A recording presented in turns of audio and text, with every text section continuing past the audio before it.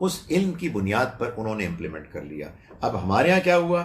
ہمارے ہاں یہ ہوا کہ اس کے نتیجے میں ایک نیا علم وجود میں آ گیا کہ بعض انسان، بعض بزرگ ایسے ہوتے ہیں جن کے پاس علم لدنی ہوتا ہے، اور پھر وہ اپنے معاملات کو امپلیمنٹ کرتے ہیں اور اللہ کے فیصلوں کو نافذ کرنے کا وہ ذریعہ بنتے ہیں.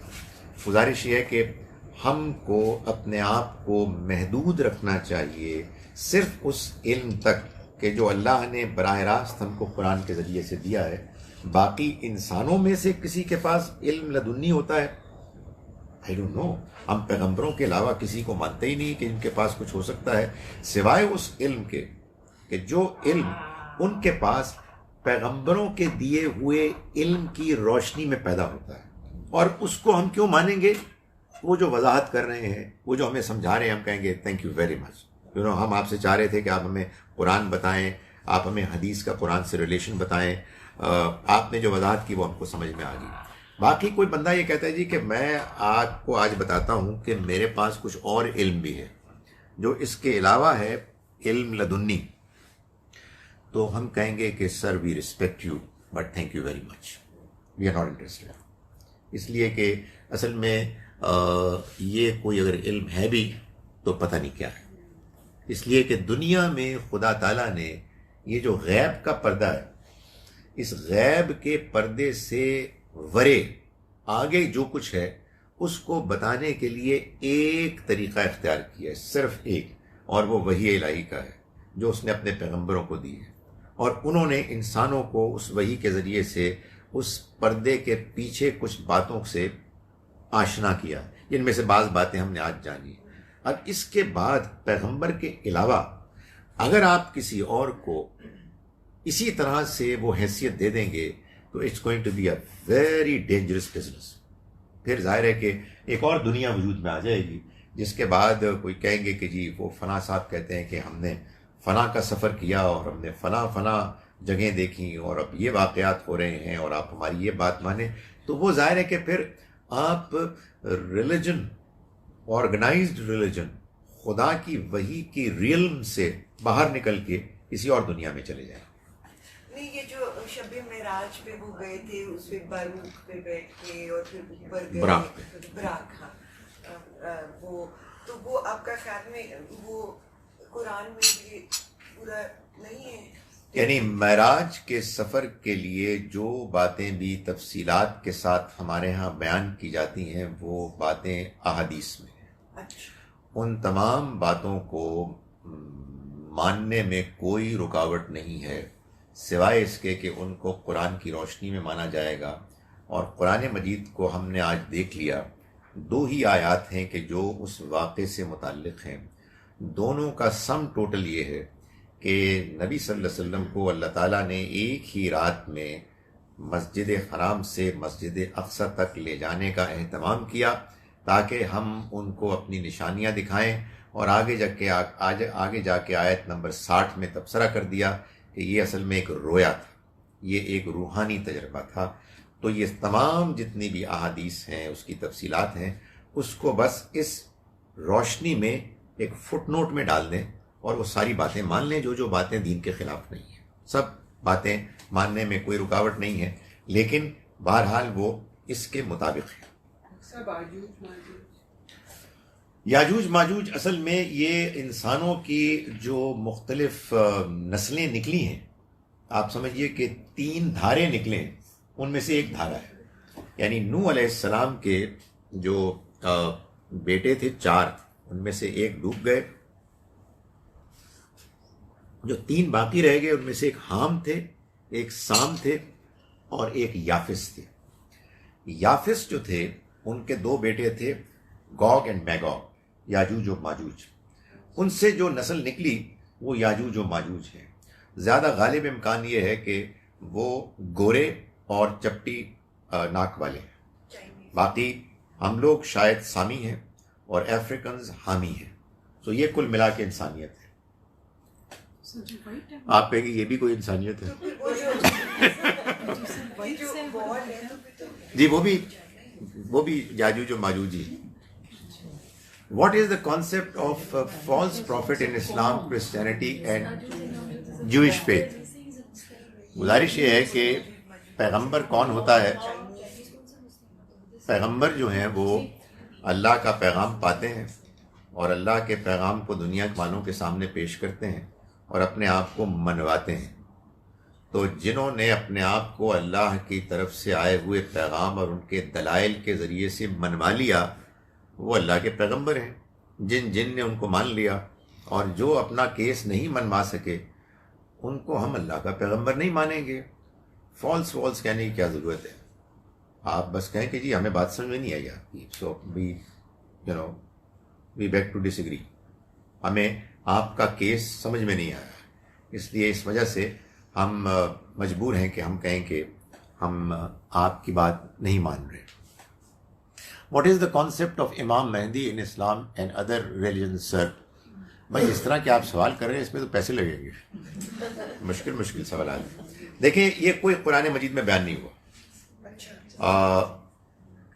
قرآن مجید میں امام مہدی اور آپ کا بھی سوال مسیح علیہ السلام کی واپسی کا کوئی ذکر نہیں.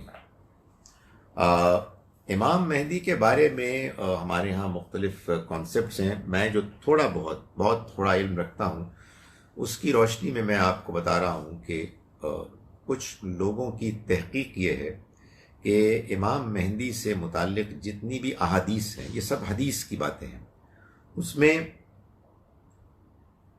دو طرح کی حدیثیں ملتی ہیں. ایک وہ کہ جو امام مہدی کی آمد کے بارے میں حدیث کے معیار سٹینڈرڈ کے لحاظ سے ریلائبل ہے. اور جب میں کہتا ہوں نا ریلائبل تو یہ اصل میں ریلیٹیولی ریلائبل ہے. یہ وہ ریلائبلٹی ہے ہی نہیں جو قرآن کی ہے. یعنی آپ کہیے کہ 80%, 70%, 90% ایز اگینسٹ 30%, 40%. یہ بھی سمجھانے کے لیے جو نسبتاً ریلائبل احادیث ہیں امام مہدی کی آمد کے بارے میں، بعض لوگوں کی تحقیق یہ ہے کہ یہ اصل میں ان اللہ کے بندے کے آنے کے بارے میں تھیں کہ جو ایک عادل بادشاہ ہونے تھے اور وہ عمر ابن عبدالعزیز کی شکل میں آ چکے. کچھ دوسری احادیث ہیں کہ جو قرب قیامت سے متعلق کسی امام مہدی کے آنے کے بارے میں ہیں. ان محققین کا کہنا یہ ہے کہ یہ احادیث بالعموم حدیث کے معیار سٹینڈرڈ کے مطابق کمزور حدیث ہے. سو یہ ایک کیس ہے. دوسری بات جو زیادہ آپ کہیے کہ گمبھیر ہے وہ ہے مسیح علیہ السلام کی واپسی. اس لیے کہ آپ کی واپسی کے بارے میں جو احادیث کی کتابیں بیان کرتی ہیں وہ ریلائبل کتابیں یعنی بخاری و مسلم. لیکن میں ایک بات تو آپ کو کل بتا چکا کہ کم سے کم بخاری کی ایک کتاب تو ہم نے کل دیکھ لی، ایک حدیث کہ جو قرآن مجید نے اس کو بلڈوز کر دیا، اور وہ ہے صفا مروہ اور زمزم کی حدیث. تو اس وجہ سے ظاہر ہے جو انسانی کام ہوگا، انسانی کام میں خامیاں تو ہوں گی. کہیں کوئی چیز اگر غلط آ گئی تو یہ کوئی ناممکن بات نہیں ہے. تاہم اس میں جو پرابلم ہے وہ یہ ہے کہ جہاں بخاری و مسلم کی مضبوط سند ریلائبلٹی کی حدیثیں مسیح علیہ السلام کی واپسی کا تذکرہ کرتی ہیں، وہاں قرآن مجید کے بیانات محسوس ہوتا ہے کہ اس سے الٹ بات کر رہے ہیں. مثال کے طور پر سورہ آل عمران میں نے یہ آیت پڑھی تھی، لیکن بس پڑھی ہی تھی، یعنی اس کی تفصیلات یعنی شاید بیان نہیں کی، اور اگر کی بھی تھی تو دوز ور ارلی ڈیز اور ارلی نائٹس، تو وہ میرا بیان ان نوٹسڈ گیا. آیت نمبر 55 ہے غالباً، جس میں اللہ تعالیٰ نے یہ فرمایا مسیح علیہ السلام کی کو کروسیفائی کرنے کی ناپاک نیت سے جب یہودی آئے تو اللہ تعالیٰ نے ان کو ان سے بچاتے ہوئے جو فیصلہ فرمایا اس کو بیان کیا. یا عیسیٰ، اے عیسیٰ، انی متوفی کا، میں تمہیں وفات دے رہا ہوں، ورافعو کا الیہ، اور اپنی طرف اٹھا رہا ہوں، ومطہرک من الذین کفروا، اور میں تمہیں پاک کر رہا ہوں لوگوں سے کہ جنہوں نے تمہارا انکار کیا. اور اس کے علاوہ یہ خوشخبری سنائی کہ وَجَاعِلُ الَّذِينَ اتَّبَعُوكَ، میں فیصلہ کر چکا ہوں کہ وہ لوگ کہ جو تمہارے پیروکار نام لیوا ہیں میں ان کو بناؤں گا فوق الذین کفروا، ان کے بلند، ان سے بلند، ان پر غالب، جنہوں نے انکار کیا تمہارا، کب تک؟ الی یوم القیامہ، قیامت کے دن تک۔ تو اب ظاہر ہے کہ اللہ مسیح علیہ السلام کو ایک بڑے نازک موقع پر خوشخبری دے رہا ہے کہ دیکھیں ڈونٹ وری، خدا تعالیٰ نے آپ کے لیے ایک دوسری اسکیم بنائی ہوئی ہے۔ تو یہ بڑا اچھا موقع تھا کہ اللہ تعالیٰ فرماتے اور پھر تم آؤ گے اور تم ان کو بتاؤ گے کہ تم نے میرے ساتھ کیا کرنے کی کوشش کی۔ قرآن نے اس بات کو ختم کر دیا اور کہا کہ یہ قیامت تک کا ایجنڈا ہے۔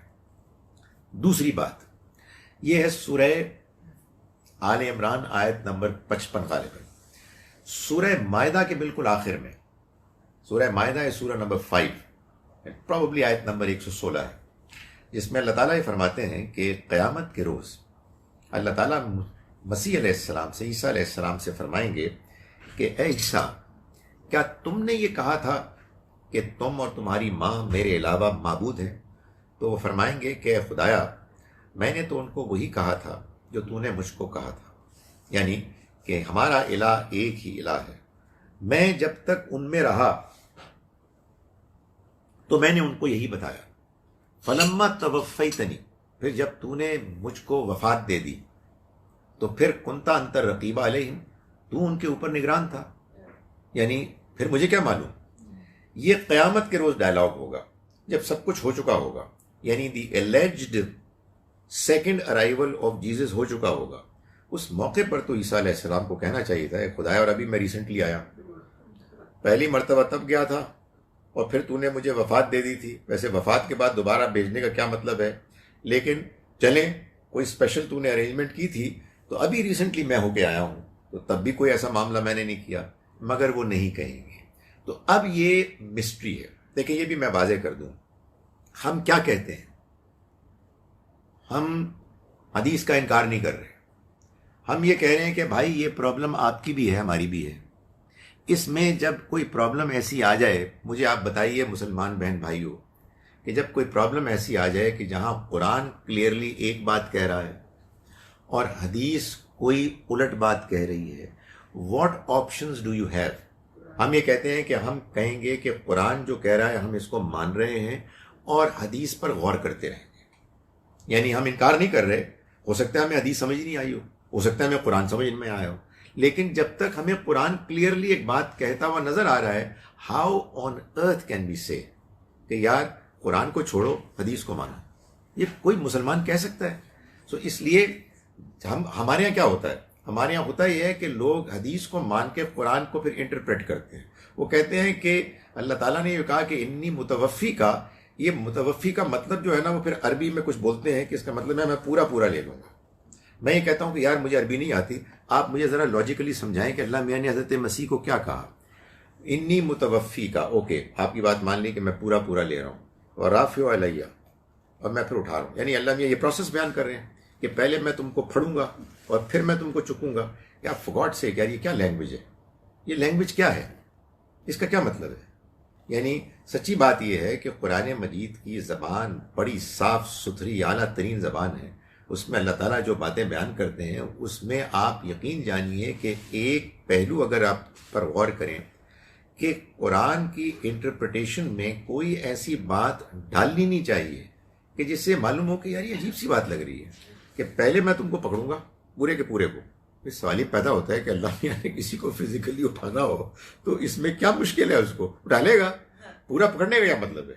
سو وہ بات یہ ہے کہ اللہ نے کیا کیا کہ مسیح علیہ السلام کے بارے میں انہوں نے یہ ناپاک فیصلہ کیا کہ وہ ان کو پکڑ کے رسوا کریں گے، نعوذ باللہ سولی پہ چڑھائیں گے۔ اللہ تعالیٰ نے فرمایا کہ اس سے پہلے وہ یہ کریں گے میں تمہیں نیچرل ڈیتھ دے کے اٹھا لوں گا اور تمہاری فزیکل باڈی کو بھی اٹھا لوں گا، اور وہ جو شاگرد تمہارا بنا تھا، یہ خیر قرآن نے اشارہ ہی کیا ہے، وہ جو تمہیں جس نے تمہارے ساتھ بے وفائی کی اس کو تمہاری شکل دے دوں گا اور اس کو سولی پر چڑھایا جائے گا۔ چنانچہ مسیحیوں کا یہ خیال کہ مسیح علیہ السلام سولی پر چڑھے، اس غلط فہمی کا امکان قرآن سے بھی معلوم ہوتا ہے کہ ہے، اس لیے کہ اللہ نے اس معاملے کو مشتبہ بنا دیا. یعنی انہی کا ہم شکل ایک آدمی جب سولی پہ چڑھ گیا تو ان کے پاس سے اس کی پوری جسٹیفیکیشن ہے کہ وہ یہ سمجھیں کہ وہ سولی پہ چڑھ گئے. ڈاکٹر صاحب یہ اور بھی کوئی پیغمبر تھے جن کو اتنا برے طریقے سے ہسٹری میں مارا گیا ہے؟ بھائی رسولوں کو تو کچھ کر نہیں سکتے. نبیوں کے بارے میں تو قرآن مجید نے یہ بتایا ہے کہ یقتلون النبیین بغیر الحق، انہوں نے بنی اسرائیل کے لوگوں نے نبیوں کو قتل کیا ناحق. 2 کے بارے میں تو ہم جانتے ہیں ہسٹری میں، زکریہ علیہ السلام اور یحییٰ علیہ السلام، باپ اور بیٹے دونوں کو قتل کیا گیا. یحییٰ علیہ السلام کا تو جو قتل ہے وہ تو اتنا ٹریجک ہے. یعنی ایک بادشاہ نے ایک ڈانسر رقاصہ کی فرمائش پر ان کا سر قلم کروا کے اس کو تشتری پلیٹ میں پیش کیا گیا، ان کو ٹرے میں. سو یہ ظلم اس دنیا میں ہوئے ہیں اور اللہ تعالیٰ نے اس کو برداشت. سوال ہے اس کے ریلیٹڈ، تو جی. پھر حضرت عیسیٰ کو اتنا زیادہ ہر دفعہ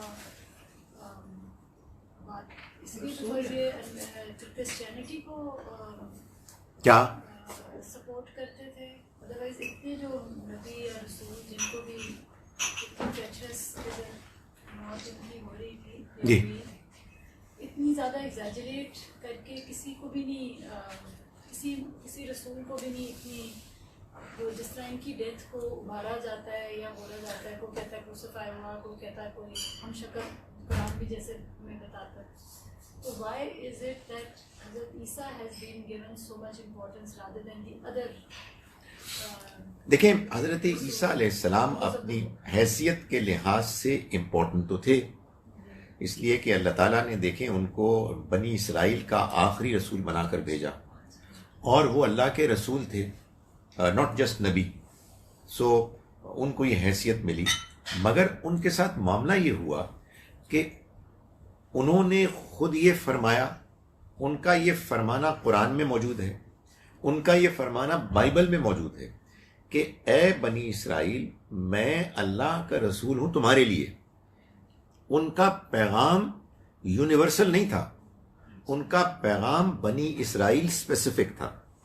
لیکن ان کے بعد ان کے ایک فالوور نے کہ جو ان کی زندگی میں ان کے مخالف تھے، سینٹ پال، ہی ٹک اوور. اور پھر مسیح علیہ السلام کے ماننے والوں نے دھیرے دھیرے ان کو اپنا ان کا جانشین سکسیسر مان لیا. اور پھر سینٹ پال نے یہ ساری میتھولوجی اور یہ سارے نظریات جو انٹروڈیوس کیے، انہی نے کہا کہ ہم کرسچنس ہیں.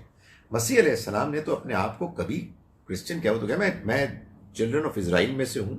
وہ موسیٰ علیہ السلام کی شریعت کے فالوور تھے اور یہی بتا کے گئے تھے. لیکن ان کے بعد پھر بہت سی چینجز آئیں اور انہوں نے پھر اس کو پھر ایگزیجریٹ کیا. ان کے اس کروسیفائی کے واقعے کو، کروسیفکشن کے، انہوں نے بتایا کہ یہ تو اب اصل میں ہمارے گناہوں کا کفارہ ہے، ہمارے سنز کو ایٹون کیا انہوں نے، وغیرہ وغیرہ. اچھا جناب، یہاں کیا ہے جی؟ یہ جو ہے شب معراج کا جی 60ویں جو آیت ہے جی آپ کو، اور ہم نے آپ کو دکھایا لوگوں کے لیے صرف ایک آزمائش بنایا. جی ایک چیز یہ کہ آزمائش کو بنایا. نمبر 2 اس پہ یہ جو درخت کا ذکر ہے یہ کیا ہے؟ درخت کا کیا ذکر ہے؟ دیکھیں اس آزمائش سے پہلے آزمائش لوگوں کے لیے کیوں بنایا؟